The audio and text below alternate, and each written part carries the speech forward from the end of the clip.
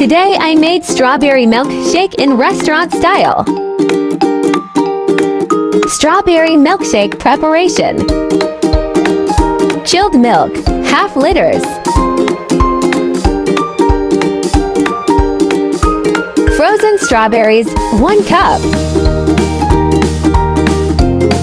Like, share, and subscribe.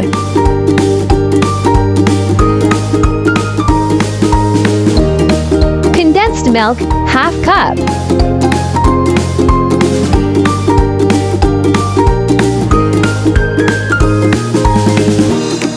Vanilla ice cream, 4 to 5 tablespoons.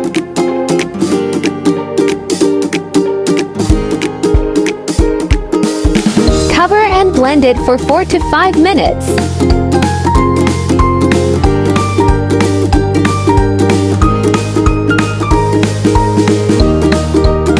Share this recipe with family and friends.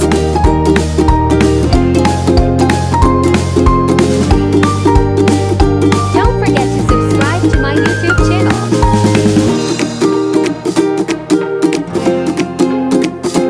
It's ready. Enjoy it!